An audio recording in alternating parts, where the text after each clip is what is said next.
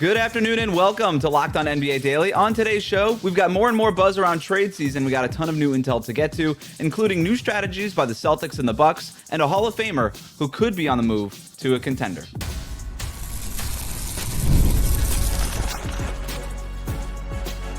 You are Locked On NBA, your daily NBA podcast.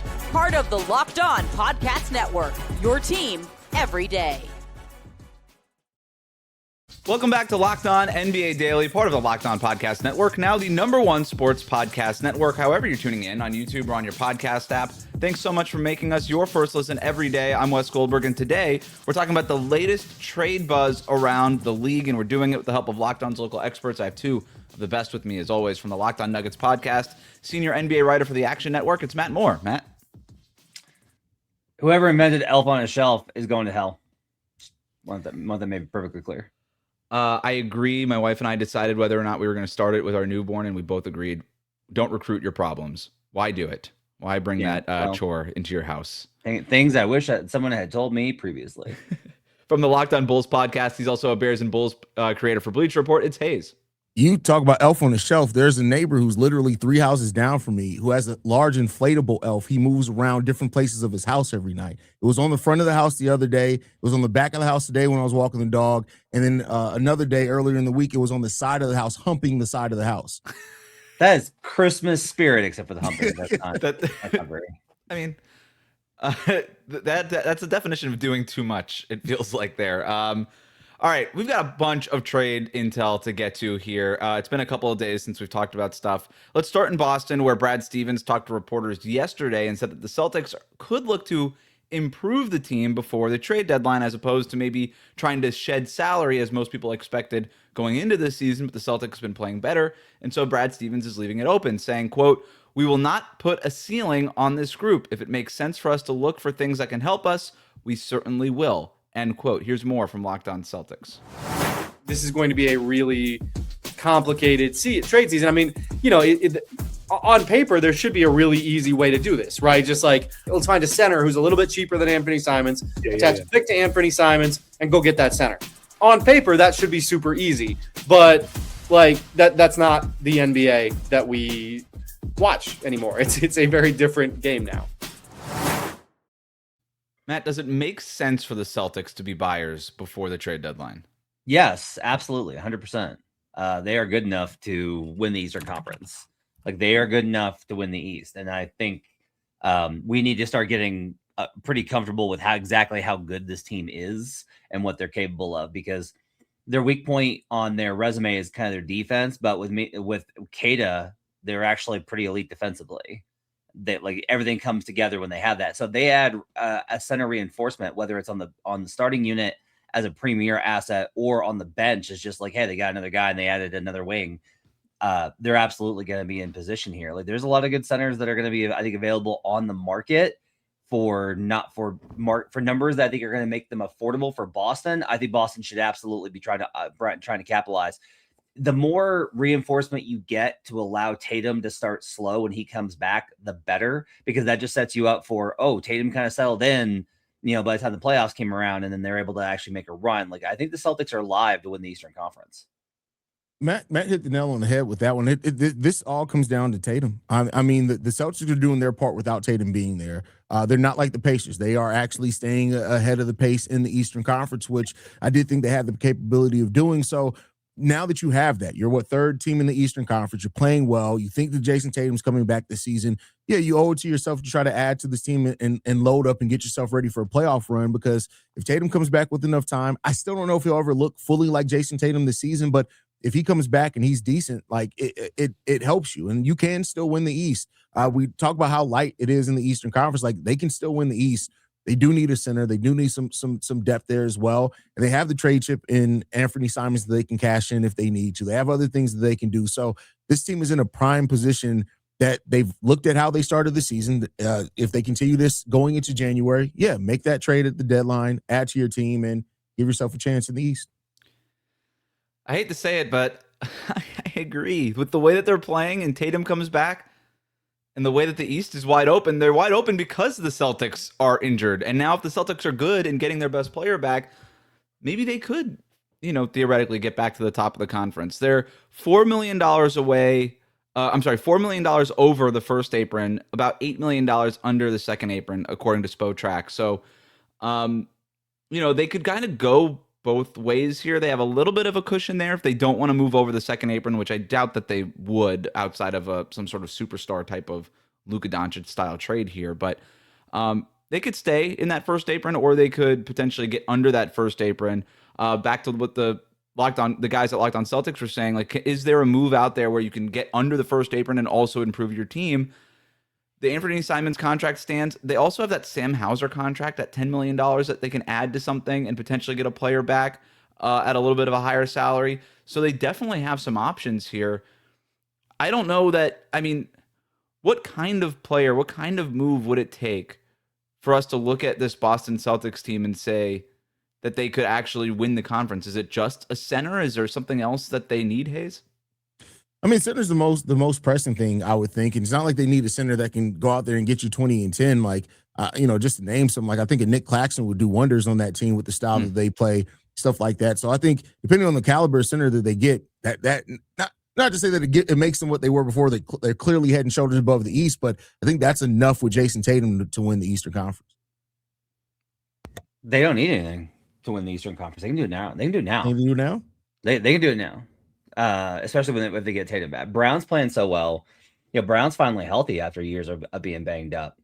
Derek White's has a slow start to the season, and he's gotten it going. And they still have kind of the formula. They share the ball. They got contributions from like guys like Jordan Walsh and guys like Josh Minott. And if they were to add a piece, like, here's what you need to be terrified about if you're the Eastern Conference. They don't have dynamite assets, but they have kept the powder for the most part dry. If they start calling the Pelicans and sniffing around their pieces, their veteran pieces, if the Pelicans decide, like, all right, we got to go the other direction, and the Celtics are able to start to be like, well, look, we've got picks, we've got youngish players, and we've got movable contracts. We can offer you, we can do a three-way with Anthony Simons. Like, if they start targeting some of those guys on the Pelicans, whether it's Trey Murphy or Herb Jones, even if it's a guy like Kevon Looney, just to add some depth, all those guys are making less than Simons, who's at $27 million. So they would be able to do this thing where they get under the apron and they add a component. So, like, everyone needs to hope against hope that Brad Stevens has lost Joe Dumars' number, because that's what I would be concerned about. Brad Stevens has made these great moves in the past, right? And I still can't figure out how they were able to turn Drew Holiday's contract into Anthony Simons, who is way more movable than Holiday at this point in their careers. He does that, and now you have this Simons piece. You still have these other contracts, and like you said, Matt, like, there's a lot of potential deals that could be out there. This makes a lot of sense. It's sort of the worst case scenario for me and Haize in the Eastern Conference. Not so much Haize, I guess, because I don't know how much we're believing in your Chicago Bulls. Everybody's ahead of us in the Eastern Conference, so I'm not worried about it. It doesn't change anything for us. That's true. Changes a little bit more for Miami. I don't know, man. The Pistons and the Knicks are so good. With the way that Mitchell Robinson is rebounding and the way that Jalen Duren has made a leap, I still think that the Celtics are probably a big away from really competing in the Eastern Conference. Why? I like the offensive rebounding. It's a good story. Joe Mazzulla gets a lot of credit, but when you're going up against those guys, those offensive rebounds just aren't going to be there the way that they are against other teams in the course of a season. Yeah, but it's balanced out by the 3-point rate, right? And they're keeping turnovers low, so Mazzulla ball is working, but it does feel like the offensive rebounding is really important to this team. Yeah, but I would say that it's just as important in New York, and it's just as important to Houston. Like, if we start going down that road, Houston's way more dependent on the offensive rebounding than Boston is. And so I think that's like kind of an element here. I do think the offensive rebounding is like, you can compensate for a lot of that depending on how you defend. And if you're able to attack and transition to make it perilous for them. Like, a lot of this is just like, I will say this too, though, if we want to go kind of the other way, if Jordan Walsh slows down, then everything kind of reverses course here a little bit, because like, he's been awesome for them. We have a lot more trade intel to get to, including the latest on Milwaukee's plans to try to keep Giannis. We'll talk about that next. Stay tuned. Today's episode is brought to you by Robinhood. Nobody knows your money goals better than you. Robinhood puts you in control of your money with tools that work as hard as you do. Locking in on every opening, beating your PR, beating it again. Channel that drive into your money. Robinhood puts you in control of your money. Trade stocks and ETFs, options, futures, and crypto, all on one platform. You can now build and execute your own trades from a desktop with Robinhood Legends advanced tools, or take advantage of the new Robinhood strategies with a tailored portfolio managed by a team of experts. You expect more from yourself, expect more from your money. Get started today at Robinhood.com/yourmoney. Again, that's Robinhood.com/yourmoney. Your money, your move.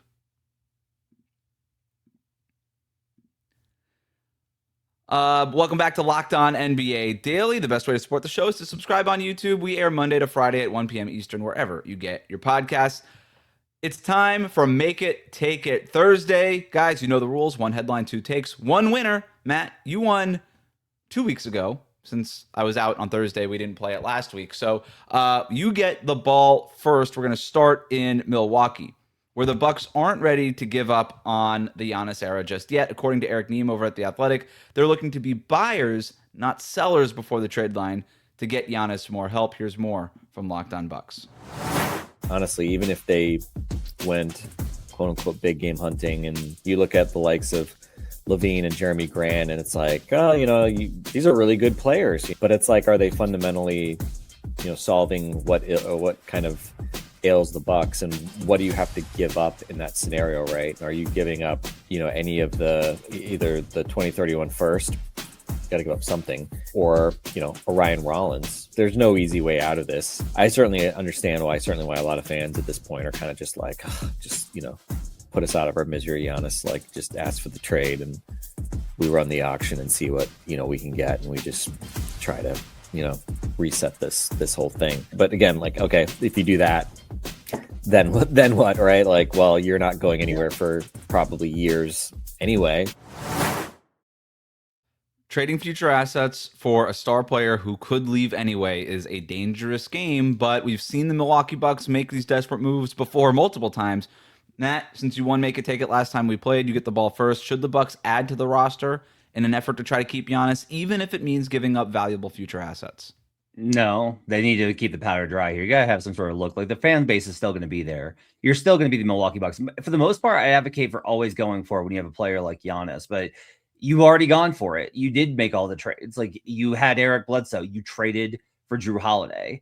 And then you were trying to keep the good times rolling. And so you were like, let's get younger by trading Chris Middleton for Kyle Kuzma. Whoops. Well, they can't all be diamonds. The best players on this roster from a EPM standpoint, outside Giannis, the next one is Kevin Porter Jr. He's not going to have any trade value given his history. Ryan Rollins, too good to give up. You cannot give up Ryan Rollins, who is going to be a good player for years to come and could be a valuable asset for you as you rebuild. You don't know what's going to happen next. If you tank out, you don't know what's going to happen next. You can wind up with a generational superstar and rebuild again. Teams have done that. But it's time to go ahead and accept reality here. You don't have the assets to go big game hunting. You are only going to get yourself in trouble. What you're going to do is you're going to do like the 2009 Cavaliers or 2010 Cavaliers who went after Antoine Jameson to try and keep LeBron. And it was a disaster. Do not make that mistake. Go ahead and give up the ghost. Yeah, the thing is it's time to trade Giannis. Because even if they, let's just say they don't do anything and stand packed, that the first pick that they can trade is 2032. Like, if you move that pick, even if you kept Giannis, it's Giannis could not be good by then. That's a while off, and that could be a pick, especially if you're giving up unprotected. That in that draft, we don't know how that draft's going to look. Of course, that can end up being the number one overall pick. You can end up being the top 5 pick. You don't want to put yourself in a situation that the Brooklyn Nets put themselves in when they traded for KG and Paul Pierce, and then the Celtics end up building a whole, over the next 10 years off that trade. So the concept of the Milwaukee Bucks going big game hunting just needs to stop. It's done. This is like when you try to convince somebody that's already told you they don't want to be with you to stay for a little while, see if you fix it. It's just going to end in the same way. It's done. The relationship is over. There's no saving it. There's no salvaging it. It's just over with. I don't know why we're still playing this game with will they, won't they, should they, shouldn't they. Trade Giannis or just keep him and just be bad and let him whine and get out of there at some point. It's over with. It's done. I'm going to give points to Matt there for bringing up the Antoine Jameson trade as a cautionary tale. But we're going to move on to Toronto, where we have multiple reports saying that the Raptors are in the market for a center. They've been linked to Anthony Davis, Domantas Sabonis, and Daniel Gafford, among some others. The Raptors are third in the Eastern Conference. Matt, make it take it. Could they win the conference with the right trade? No. This team does not have it. And a lot of it is that there's two different teams here. There is the Brandon Ingram team, And then there is the hustle guys team. When they have guys like Jamal Shed on the floor, when they have guys coming off of the bench, they are actually like a pretty gritty defensive team. But with Ingram on the court, it all falls apart. And you see that in these combinations where it's like Scotty Barnes and Jamal Shed are able to defend together, and Scotty Barnes and these other guys are able to defend together. And you add Ingram and it all collapses. The other thing is that if they make a trade, the report is that they're going to include RJ Barrett. Go look at any of the on-off splits. Go look at his individual numbers. I do not understand why people do not realize how good RJ Barrett is. Like people, I was a skeptic when he was in New York. I get it. RJ Barrett is really good. He is one of those players that is going to turn into, he's not going to be like an elite superstar, but he's going to be a name brand player around the league when he's in his prime. He's really good and he's versatile. Including him, I think would be an absolute disaster. They're going all in on trying to be a Brandon Ingram team. I got news for you. That doesn't lead you anywhere. The question that Wes asked is if they make the right trade, and it sounds like what Matt is saying here is that the right trade would be including Brandon Ingram in the trade. So yes, there is a world in which there is a right trade that they could win the Eastern Conference. We can't sit here every day that we talk about it and talk about how weak the Eastern Conference is and look at a team like the Toronto Raptors, which are 13 offensively, top 10 defensively. If they make the right trade, yes, they can win the Eastern Conference. The question is that are they willing to make the right trade? And that's what the question is here, because you're right. The on-off numbers with Brandon Ingram are terrible. They're negative 16.4 points, worse per 100 possessions when he's on the court. I'm sorry, our overall point differential when he's on the court, negative 5.7 offensively. Teams are scoring 10, almost 11 points more per 100 possessions when he's on the court. The Brandon Ingram part of this is not working. But yes, there's a world in which the right trade is out there. I just don't know if they're willing to do it. There's a trade for the best center on the board is Anthony Davis, right? Mm-hmm. It's him and Sabonis. Does a trade for either one of those, does that get them better? Do you think that team is better than the Pistons? It's not about being better. I mean, we talk about that too. It's not necessarily about being better. It's about matchups. We don't even know if they'll get to the point of playing against the Pistons. If they get up to the second seed, they could be avoided. Like the Pistons are a young team. We've talked about that. And young teams that are there for the first time can be beaten. So I'm not going to say that it's impossible because we haven't seen the Pistons in that position yet. This sort of reminds me of when the Raptors in 2019 made the trade for Marc Gasol mid-season. They were playing well, and they go out and add a big man, and that kind of helps propel them to the finals. The difference, I guess, here is that they don't have Kawhi Leonard in this trade. They have Brandon Ingram, which is a little bit different. And we also have a new front office. This is not the Masai Ujiri front office, so we don't really know how aggressive they're going to be. Points to Haize for actually listening to the question. But I do think with the right trade, who knows? Who knows in the Eastern Conference? We've seen weird stuff in the past. Nobody expected the Pacers to be in the finals. Nobody expected the Heat to be in the finals in 2023. Scotty Barnes and the right big man. Maybe that is something. Let's talk about Klay Thompson, who, according to ESPN, Klay wants to play for a contender, and the Mavericks are expected to at least test the market for Klay before the trade deadline. Haize, make it take it. Where's the best place for Klay Thompson to land? Man, that is a great question because Klay, it's been such an up and down season for Klay Thompson. I do think, like, just looking at it, the team we just talked about, his shooting coming off the bench for the Detroit Pistons could absolutely help a lot with that team. I don't know if that trade gets done. We've heard that the Pistons are kind of focused on their youth. But I think, like I told you guys before, I think Klay has already landed in a blessed place. He goes home every day to Megan Thee Stallion, who's cooking for him. Have you seen my boy Klay? He's in heaven in his social. I've never seen Klay Thompson smile this much. He's in the best place, and the best place happens that he's surrounded by a lot of cake. Almost a slip there. Yeah, that was dicey. I will not get us in trouble with our bosses. I will just say that I don't really see a scenario that's great here for Thompson. I just think that he has passed kind of the expiration point. He has moments, he has days. I don't really see a scenario where he's able to get a team over the top. I don't see a point where if you add Klay Thompson, that's the piece that unlocks something. You know, I could see him being a good veteran addition for a team that's on the up. That's like, we need that kind of a guy. But I also just don't know if Klay Thompson is like the big, strong veteran presence there. So I am kind of with Haize in that he should just stay in Dallas and stay happy, because what's better than love? He used the word love, I think, back in training camp or preseason. Yeah. Good for him, man. Yeah. I came up with I like the idea of Detroit as Klay walking into that youngish team and just saying, hey, guys, I've won a championship. Let me help you figure this stuff out. But is he better than Duncan Robinson at this point? I don't really know, right? No. I like the idea of maybe Cleveland going for it just because they need shooters. We don't really know when Max Strus is going to come back. That's a team that could really use Klay just in terms of his spacing alone. That's a team that I think can use him. Are we considering the Cavs even contenders at this point? I don't know. You could talk yourself into it maybe if you're Klay Thompson. It's so much money. The money Magic? The money is such a big part of this, man. Like, and I hate this that we're at this point, but back in the pre-2023 CBA, I'd be like, screw it, go for it. Just add him on there, and then you can write out the rest of his contract, and it'll be fine. Now it's like, nope, that's prohibitive. That's going to lose you the ability to do X, Y, and Z. You can't risk it. You just cannot risk it for a guy that's at this point in his career. Would you do DeAndre Hunter for Klay Thompson? DeAndre's been struggling offensively. And the defense has been worse with him on the floor. It's been pretty disappointing, but I blame the Cavs more for that than Hunter. Which is a more movable contract? Which one can you move again more easily? Right? It's the DeAndre Hunter one, but it saves you $6-7 million in second luxury tax penalties if you're Cleveland and gets you maybe a player that you need in Klay Thompson. See, I would feel more comfortable about that if I was the Cavs, if Lonzo was still defensively what he was last year with the Bulls, and he just has not been this season. Yeah.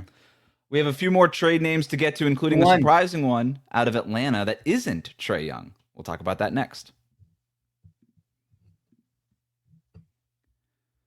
Today's episode is brought to you by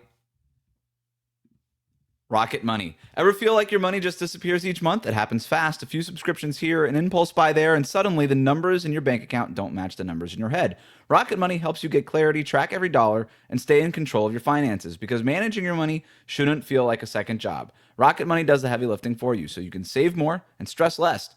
Rocket Money finds subscriptions you forgot that you were paying for and helps you clean them up quickly. Seeing all of your spending on one dashboard makes it easier to understand where your money's going. I like how Rocket Money automatically builds budgets based on your past spending. It keeps you on track without overthinking it. The bill alerts and spending notifications help you catch small things before they turn into big expenses.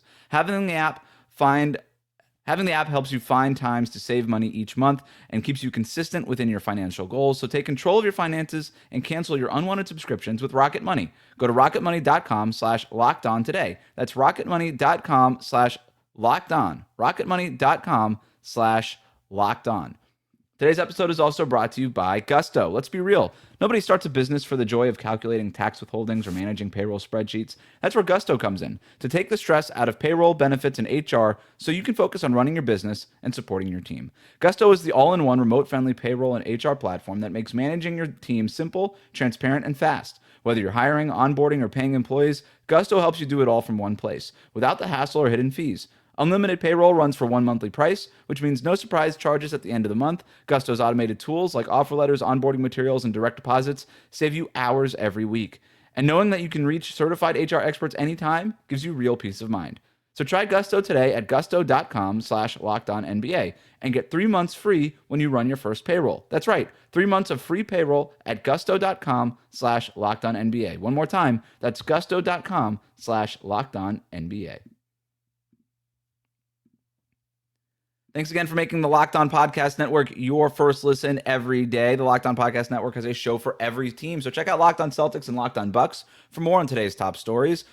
We got a few more names that we want to get to as we kind of go around the latest trade intel around the league right now. Let's start in New Orleans, where a number of players are presumed at least available for the right price. We've got Trey Murphy, who, according to multiple reports, Golden State has been looking at. Herb Jones, I think Michael Scotto reported this morning that the Lakers are interested in him. And then Jose Alvarado, who Ian Begley said that the Knicks could be interested in. So, Haize, when you look at these Pelicans players, which Pelicans player do you think could make the biggest impact if traded this season? Before we get into that, who won Make It Take It, Wes? Oh my goodness, I forgot to tell you. Haize won with the Megan Thee Stallion thing. Yeah, there we go. Wait, I gotta play the sound. There we go. Yeah. I love Trey Murphy III. I think that, I know defensively he's taking a bit of a hit this year. I think his on-ball defensive field goal percentage numbers are still pretty solid, even though his defensive rating is taking a bit of a hit. But I just look at this guy, and I think if you get him into the right system with a point guard that fits him, I think that he has 25 point per game type scoring, like on ball, off ball. Like, he's just a really, really good player, has size. Trey Murphy III is the one I'd be the most interested in. He may be one of the most difficult to get, Jose Alvarado for the Knicks would make a lot of sense too, or for any team that just needs a scrappy point guard. But Trey Murphy III is the one that stands out to me. I love that kid's game.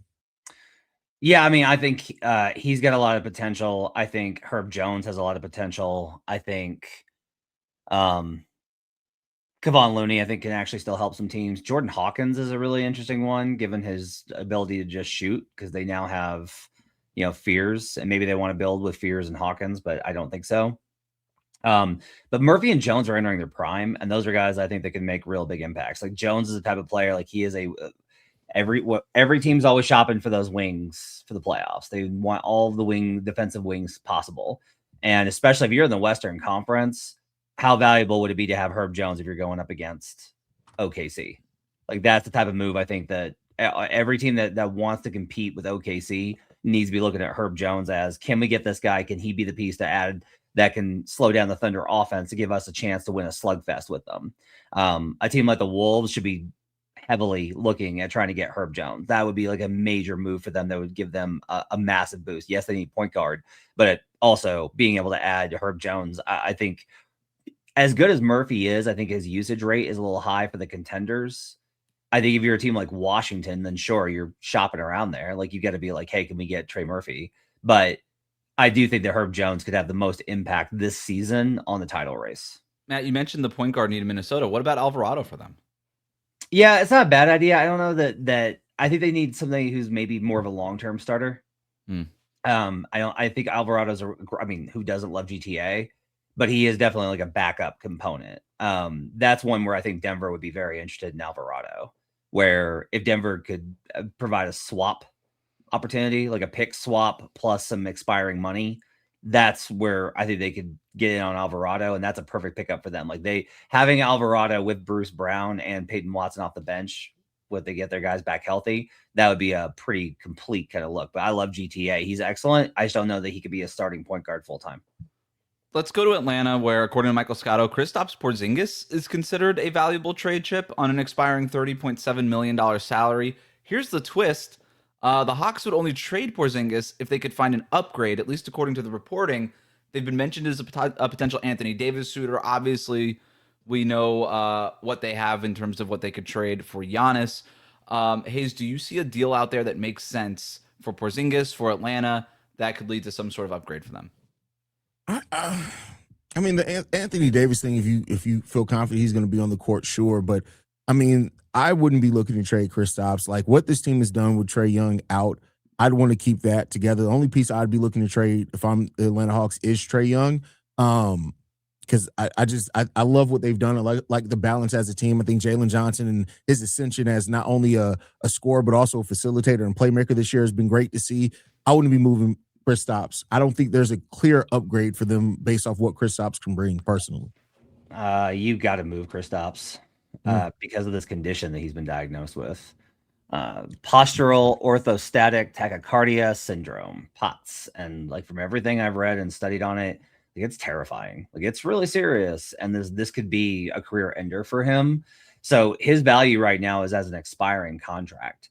But if you're the Hawks and you're like, well, let's see if we get Porzingis back. Well, if you get to the playoffs and you just don't have 30 million in cap space that you have allocated on your roster, like that's going to be a severe hit to you, no matter how good Okongwu has been. So I think they got to make the move now. You try and find a team that's just like, yeah, we're just looking to shed money. We just want to get under the apron. We just want to get under the tax. Those are the teams that you look at and you try and target with Porzingis, and they should be buyers in terms of taking on more salary. But I do think it's like really interesting to look at it and say like, hey, what if we give you Trae Young and Porzingis? That's going to be so much money, right? That team might be a little bit skittish in sending anything back, but you could also make a lot of different deals work because of how much money that does send back for big name players or one big name player and an expiring. But I think they've got to be pretty aggressive here, given the realities of Porzingis' situation. I don't want that to be true because he's been awesome. Like every metric says they need to keep him, like Haize said. But I just think that this condition changes the entire ball game for them. Based on that and based on the language out of the reporting, if they're only willing to trade Porzingis for an upgrade, if what Matt is saying is true, if they don't think that Porzingis will even play, anything is essentially an upgrade at that point, right? Mm-hmm. I mean, you can kind of talk yourself into any availability, being the most important thing there. Last thing I got for you guys, and this is just me being curious. We've talked about Jonathan Kuminga a ton on the show. There's a little bit new reporting about how maybe Phoenix is a little bit out on Kuminga after exploring that as an option over the summer. The Sacramento Kings still monitoring that situation. But you look at some of the forwards that are out there between Trey Murphy as the big name forward out of New Orleans and Jonathan Kuminga in Golden State. Both of these guys were drafted the same year in 2021. Which of these two forwards would you rather have? This was almost a make it take it question. Between Kuminga and who? Murphy. Oh, Murphy, easily. Trey Murphy, he's is this good. an easy question? Yeah, This is not an easy question. This is like a no-brainer. This is like a what? Like, are you having? Do you smell toast? Question. Like that's what this is. Like there is no. If Matt would have said Kuminga, I probably would have gotten up and walked away.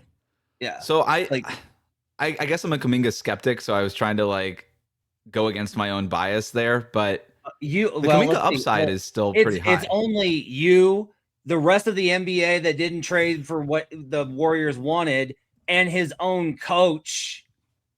Who? I mean, it should be said that the only team that really seems that they're truly, truly interested in Kuminga is the Sacramento Kings. And that's a bad sign. It's a bad sign. Like, no, Trey Murphy's awesome. Yeah. If you like what you heard today, subscribe to Locked On NBA Daily wherever you get your podcasts, including on YouTube. Thank you to Matt and Haize for their expertise every day. Thank you for making the Locked On Podcast Network your first listen. We'll see you right back here tomorrow on Locked On NBA Daily. Are you sure?